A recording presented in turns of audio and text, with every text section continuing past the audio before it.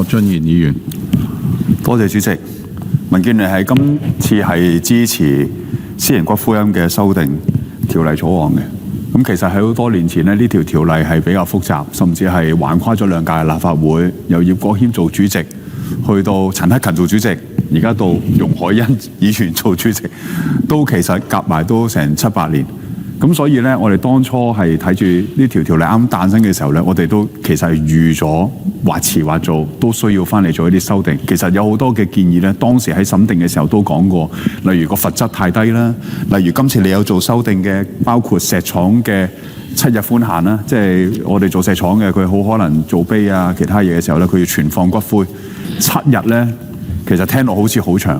但係佢裡面呢係寫7個曆日。即係總之1、2、3、4、5、6、7就過咗㗎啦。咁有時我哋遇到係關於新年啦，突然間工人嚟唔到啦，咁變相咧好容易過7日。咁事實上咧，我自己即係估計啦，亦都好可能係因為政府咧喺個執法方面其實亦都係比較寬鬆，亦都知道嗰個困難過咗都冇執佢都唔定嘅。咁但係今次咧係覺得14日咧喺業界裏面係非常之歡迎特區政府呢種做法。14日咧佢有一個比較充裕嘅時間去做到佢哋嘅工作，呢個第一。第二咧就係關於政府，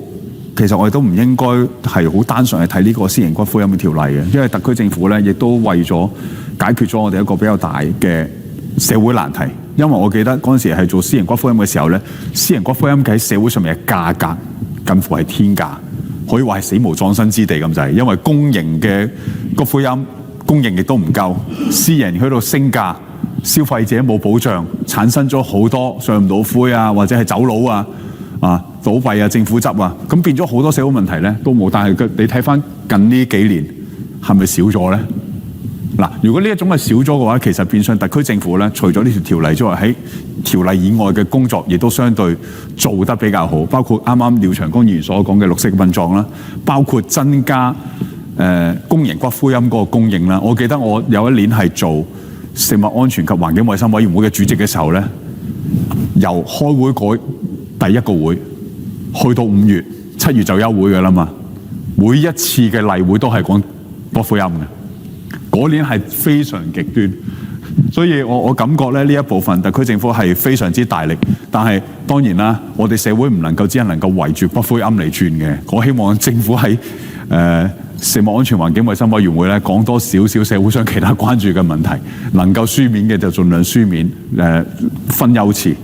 咁特別咧要去提嘅就係有好多議員都講話關於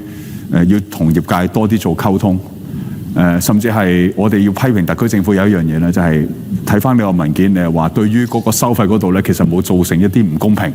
我認為呢個係我又唔可以話你完全錯嘅，呢個係政府嘅角度。老實講，錢喺自己個袋度，早俾同遲俾利息都唔同咗啦。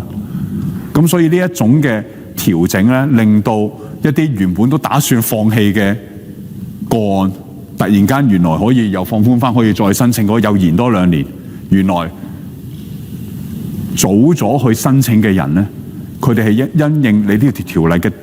底線紅線呢，係要趕時間趕工去同特區政府溝通，同埋攞翻個牌翻嚟。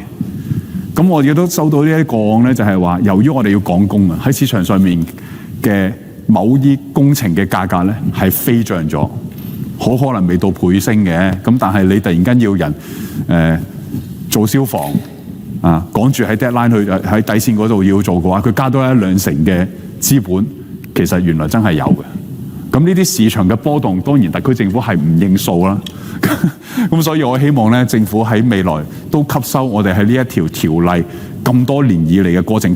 包埋今次我哋嘅修訂嘅過程裏面咧，特別要留意下市場嘅波動對於經營者裏面嘅成本壓力。係呢一樣嘢咧，我認為特區政府喺言論上你當然可以唔認數，但係實質上對住佢哋嘅衝擊嘅話，好可能會係嗰少少嘅錢令到佢放棄經營。咁呢一部分咧，甚至喺環保行業嗰方面都係一樣。我希望謝局長咧都特別留意一下。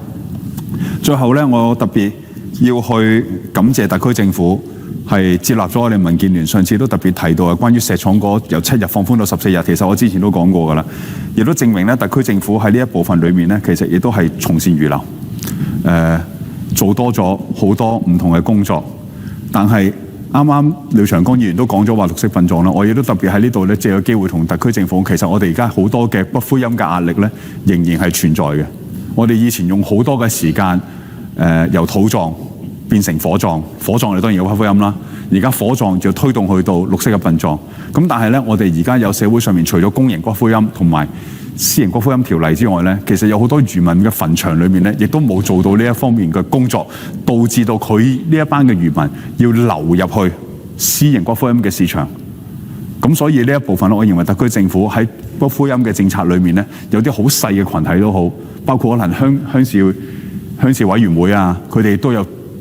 葬地嘅。咁呢啲嘅情況咧都要去檢視，因為喺嗰個葬地裏面咧，我哋只能夠土葬，